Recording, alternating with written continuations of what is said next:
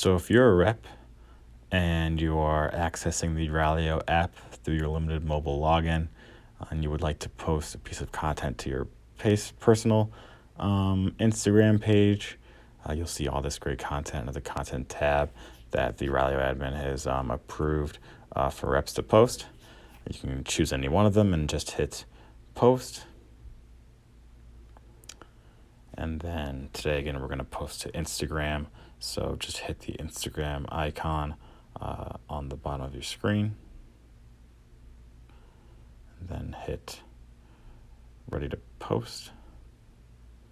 And you'll see that the Instagram app opens up. Just make sure that you're logged into the correct Instagram account.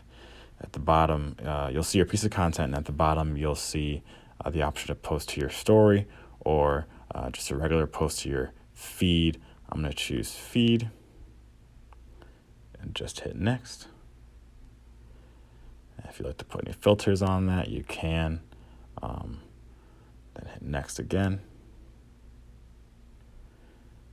And then if you just hit paste, you'll see the post text from Ralio has been added to your clipboard. Just simply hit paste and it'll be added to Instagram. You can make any tags, add location if you'd like, and then just hit share and share it to Instagram.